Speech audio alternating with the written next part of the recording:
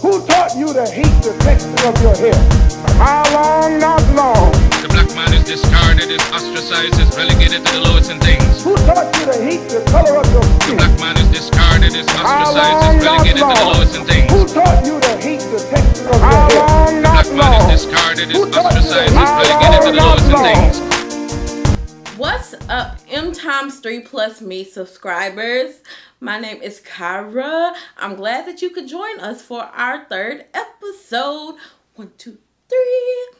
Alright, so on this episode, we are going to be talking about the history of voting and how do we get to where we are now, right? So what brought about this episode is recently while cleaning up my house, I found my father's birth certificate. And under race, from my grandmother, it said Negro. And I was like, what? Not black, not African American, Negro. And it hit me that my father was born in a time when he grew up, he wasn't going to be able to vote. And I was like, wow. So I want to go on a little history lesson. And let's figure out this timeline of voting rights for us, right? So let's start at 1776, right? The founding fathers are gathered around this table. They're writing out the Constitution, and they're like, yes, this sounds good. It's going to be dope, bruh, right? And so when it gets to the voting part, though, in order for you to vote, you have to be a white citizen, a male, property owner, and a Protestant. So, white citizen, male, property owner, and a Protestant. Christians, well, not Christian, but Catholics, no. Jews, no. Hindu, Buddhism, no. Right? And it wasn't until 1828 when Maryland was the last state to say, all right, cool. You know what? We're going to overturn that. So now, any men who, well, we're going to overturn the Protestant part. We'll let any religion, as long as it's still a white male and a property owner. You can vote. Right? Doesn't matter. Jews, Catholics, everybody can vote. As long as you're still a white man and a property owner. And you're a citizen. Then enter 1856, where North Carolina was finally like, all right, y'all hounding us, we're going to take away the property part. So all the states at this point now are no longer based on property owning. So, okay, cool. Now you can vote if you are a white male citizen. That's everybody. Woo, woo. All white males can vote. All white males can vote. Women and minorities, sorry, you're not allowed to vote. So, enter the Civil War. Whoop, whoop. Civil War, Emancipation Proclamation, 13th Amendment. Outlaws slavery. It says everybody free. All right?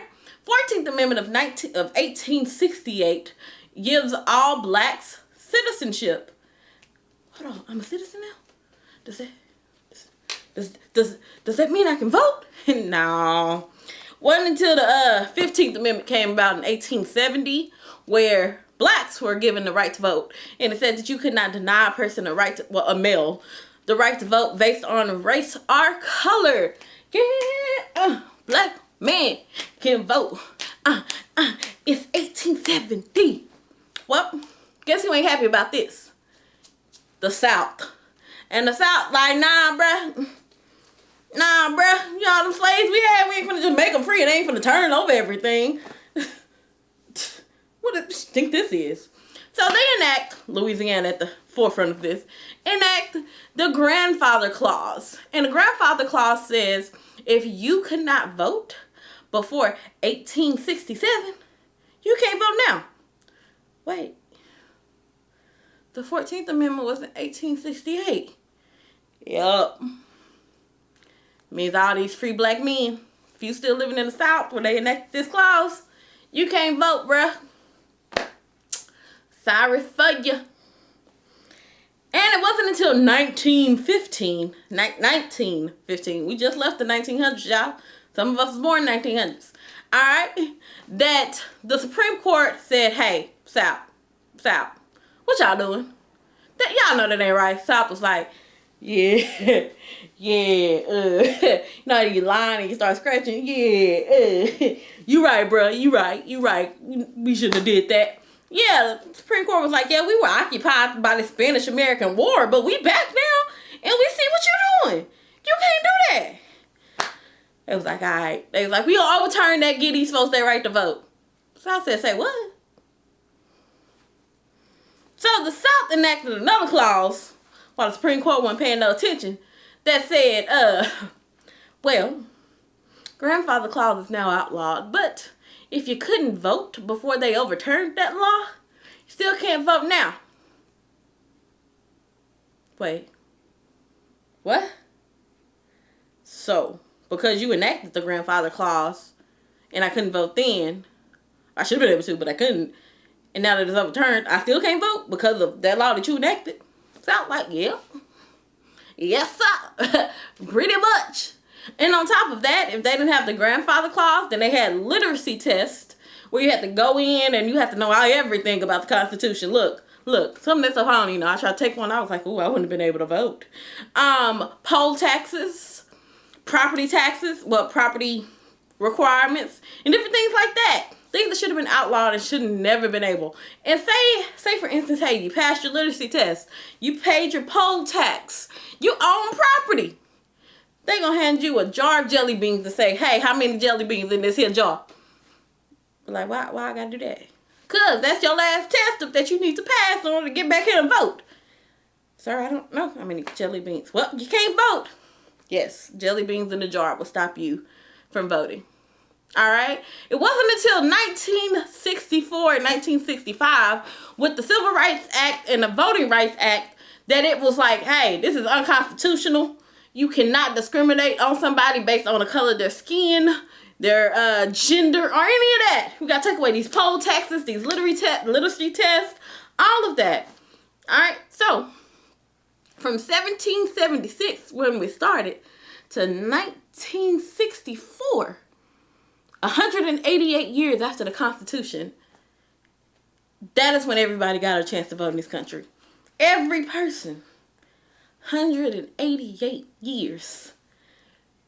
That, 1964, was only about 54 years ago, y'all. 52 years ago. Ain't good math. We got people around here on that. We got Divine Nine organizations older than that. You know what I'm saying? So why would you waste your vote? All 188 years of people fighting so that you could get that right to do so. Don't waste it. Go out there, if you haven't done so yet, and rock that vote. Yes, I'm still saying rock the vote. I don't care. Rock the vote. Do what you got to do. Don't worry about just this presidential election. You got senators. You got judges that you need to appoint in your counties. You got council people. You got sheriffs and all of that. All right? Tax assessors. All of those things that you need to vote for. Don't worry about just president. Worry about them people in your community. All right? So, get out there. Rock the vote. Till next time. Peace. Love.